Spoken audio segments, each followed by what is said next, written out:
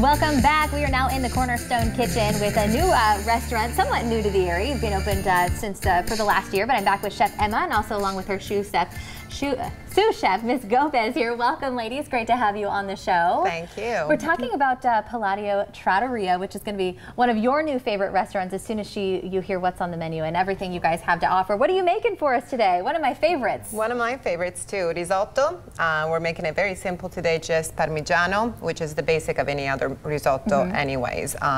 We start with a little sofrito, so I have an onion here. I like to cut it fairly small because the sofrito is basically a caramelization of this onion, and we're gonna have it basically just translucent, and it kind of blends in with our rice, but it gives it a lot of flavor. Okay. So if somebody hasn't tried risotto, I love how you say it so much better than I do. What are the flavors like? What is the dish like? Well, the risotto, the important thing about the risotto is the rice, which is a specific grain rice that can be actually 3 of them. We have arborio, which is the most common one. Then we have carnaroli and vialone nano. Vialone nano is, to me, by far the best one. What characterizes them is the grain and where they're from in Italy. The vialone nano is from the area of Piemonte. A lot of humidity, so we get the best rice. That really makes it everything, and then is the actual keeping that starch coming out of the rice. So we need to keep movement in that pan. Never step away from a risotto. Never. It always needs you there right by the side, and to make it really nice and flavorful. And then you can go from there anywhere, because you can add anything to risotto. That's why I let the professionals do it, because it is somewhat an art to kind of getting that right. It is. You have to get that rice right. As you see, Magdalena right now is starting with the onion. You don't want that onion to get too dark in a Parmigiano risotto, because you want it to keep that white color to it.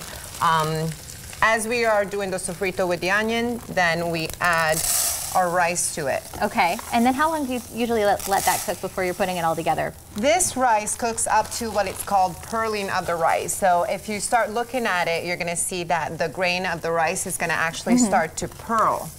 It's gonna have that translucent color just like the onion. So at that point, when you do reach to that pearling of the rice, that's when we add our wine, and that's going to be the first liquid. Okay. Smells amazing in here, by the way. Is this a main menu item? Can we get this all the time, or is this something special that you offer? I always have it. It does require a little bit of patience, because I only think risotto is good if it's made to order, and so it does take 20 to 25 minutes. Okay, it's got to be perfect. That's what we love about you and the restaurant. So talk about that while that's cooking for us. You know, Palladio Trattoria, what can people expect when they come and dine with you guys? Palladio is, as I said, I came here because of my parents, so it is exactly what family is to me. I grew up in a family that food was the most important thing for everything. Anything that we would do, food was there. Good times, bad times, family, yes.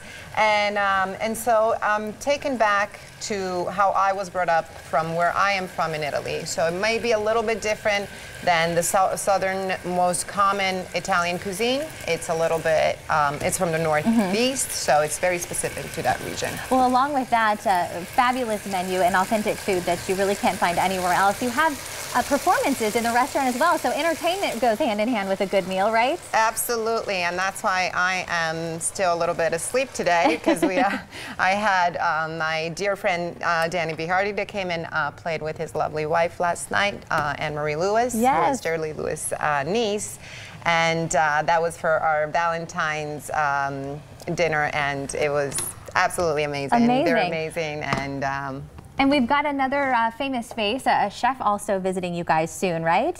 Well, not a chef, Joe Bastianich, who is a restaurateur. And yes, he is an amazing person. I can't even, I'm not sure if he has 30 or 40 restaurants around the world, that he's a friend, and I feel very honored to have him at my restaurant with me to do a wine and dinner pairing, which he's going to have his own wines to pair with my food, and I think that is just, I can't ask for more. Yeah, so how exciting. So lots of fun stuff going on. How's the risotto looking there? Okay, so at this point we're getting close to the end of the risotto, where you can see the grains are already, you can tell that they're already softer. And this is where we said this is Parmigiano. So we have our Parmigiano Reggiano here. Okay, looks amazing. So, and you said this is something on the menu all the time? Absolutely, yes. I need one of those things, Chef. I know. Simplifying our lives here. It looks so good. Well, we're about out of time here, but it looks amazing. And if you want more on the restaurant, we're going to have that information on our website. So it looks delicious. I've got a fork in here somewhere. Just a little butter, and it'll be ready in any time. Thank you so much. Thank so great you. to have you on the show. And Likewise. again, if you want more, we've got more on our website. We'll be right back. Stay with us. Thank you. Smells so good, too.